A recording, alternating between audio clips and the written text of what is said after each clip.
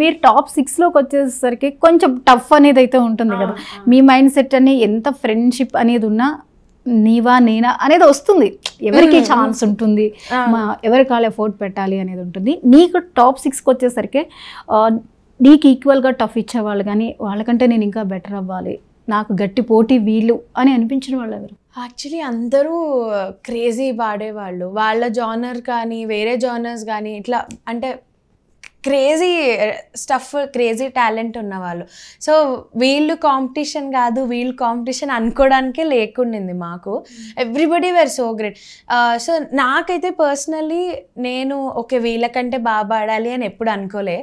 నేను ఏమనుకున్నా అంటే నాకు ఇచ్చిన సాంగ్కి నేను 100% న్యాయం చేయాలి, నేను పాడేది నా 100% ఎఫర్ట్ హార్డ్ వర్క్ పెట్టాలి, మిగతా ఏమైనా ఇంకా దేవుడు చూసుకుంటాడు టైప్స్లో నేనున్నా.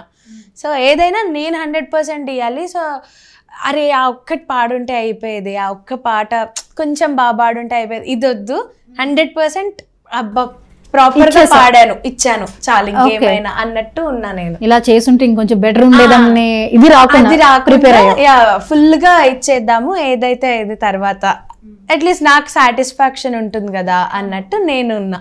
సో నేనైతే అదే కాన్సెప్ట్లో వెళ్ళా. టాప్ 6లో ఆ పాటలు ఏంటి, ఆ డిఫరెన్స్ ఏంటి? మెలోడీతో మొదలు పెట్టారు, బావా ఏంటి?